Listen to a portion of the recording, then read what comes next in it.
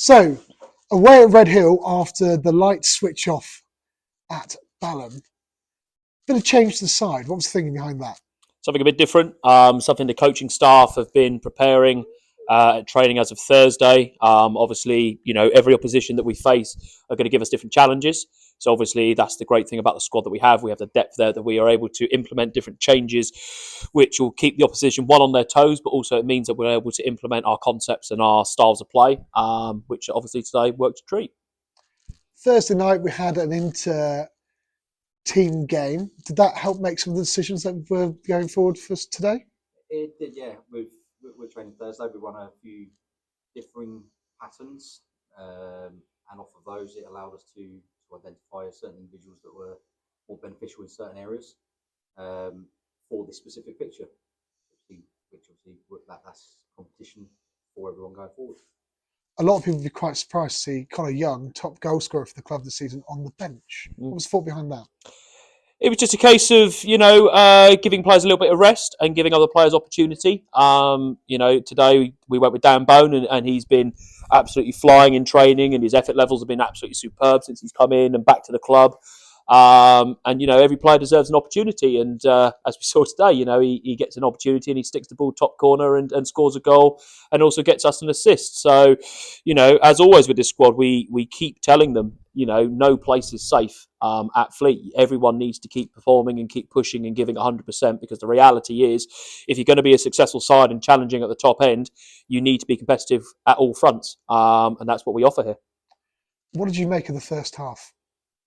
Very tight first half. We grew into the game, built up very well, whilst creating a lot of opportunities for ourselves.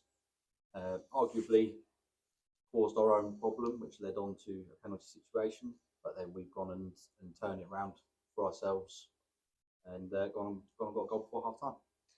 Talk me through that penalty.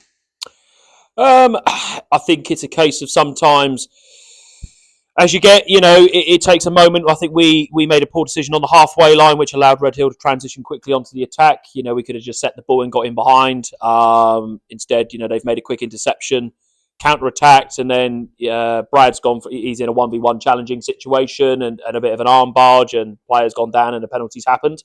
And these are little things. You just got to make sure that we learn from those mistakes. The great thing that we saw today is whilst they had an opportunity to score from the penalty and they've missed it, I think the thing that we haven't been that great at the club for a little bit of time now is then capitalising and punishing teams when they make a mistake. And at the end of the day, not scoring a penalty is a mistake. And then we've gone in at half-time 1-0 up. So we have, got the upper hand there. How did the goal scored by Dan Bone come about before half-time? Very good build-up play from the group. Largely come from what we worked on through Thursday's session. Worked it through the centre of the pitch out to the wide area with an overlap and run, arguably helping Dan have an extra yard. And he just pulled the trigger. Nice and simple from him. Half-time then, 1-0 up. Was that, in your feeling, how the game should have gone? Or I think so. I think the one thing I'm sure the supporters have now seen what we're extremely good at Fleet is the fact that defensively we're solid. Teams are now struggling to find ways of breaking us down and getting in behind and creating their own goal-scoring opportunities. So, in that sense, out of possession, we're absolutely brilliant at the moment. And we created opportunities. I think the boys can definitely say that there was moments early on in the game that we could have nicked a goal and maybe been a bit more comfortable. But the reality is, again, as we saw with the scoreline today, we're actually scoring more goals now, and the opportunities are coming more and more. And then all of a sudden we score one, and then another two get scored. Mahel Marinescu, Sam Marks. Talk me through those goals. Getting a lot more bodies in the box. The Mihal's goal came from something a bit more direct, which got Dan Bone in behind. He pulled it back for Mihal as he was arriving to finish towards the back post. And then the goal number 3 came from a counter-attacking scenario, I believe. Played through by Connor Young, where Sam then was in a one-on-one position and finished very well. So, sort of good attacking performance, but a goal came a bit later towards Fleet as well. Yeah, and you know what? I think that came from the boys who hold their hands up and go, that was a momentary lapse in reason. We've given away a sloppy free kick on the edge of the box where, to be honest, there was a set that could have been made and the ball just cleared up the line. And again, we talk about these little 1% decision making scenarios because that's how we're going to keep improving as a team, and that is what our job is as coaches, is to hold them accountable for those little errors. And yeah, it was a little scrappy goal, but again, the difference is the boys hold their hands up to those mistakes, and that's something you've got to enjoy as a coach and as a gaffer, because it means that they're now holding a standard and they've set themselves a bar that they do not like the fact that they've allowed that to happen today. And whilst we're absolutely buzzing, it's a good win for the club, and it shows where we're going as a team, and the boys are really happy. But at the same time, they openly said, God, we wanted that clean sheet today. We wanted that clean sheet because that's the levels they set themselves, which is absolutely superb for us, because it just means that we've got more and more in the tank still to come. What does the win today against Redhill mean for the team? Oh, it's massive. Given the floodlight situation last week, where we felt that we were going to kick on and take 3 points last week, any emotion that the boys may well have held from the disappointment of that fixture, they've carried forwards into today, which has been a very good performance against a very good outfit. And hopefully we can obviously progress forward further from there and continue picking up points, and obviously going into the cup game on Tuesday night. And what is the preparation look like for Tuesday night? Again, no different. The boys have had their analytical report sent to them by Aaron, our analyst, on about how Frimley play.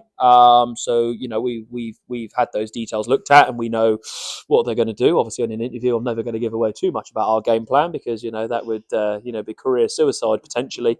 But no, look, there'll be a couple of changes in there. Again, more boys getting minutes in the tank and opportunities within the squad to go and impress.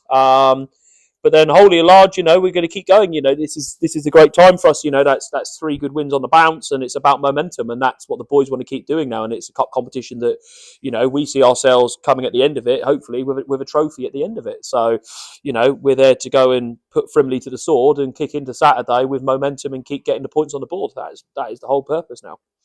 Your player of the match? Probably a few contenders, I would say, off of today's performance. For me, I'd say probably Louis Blake, who I'll be giving it to. Why? Even he, by his own admission, he covered a lot of ground today. The ball stuck to him very well. A large part of the build-up play worked through him or off of him, and I think commented by a few other players as well. Some recovery runs from the big man from up top, helping out the rest of the unit in behind him.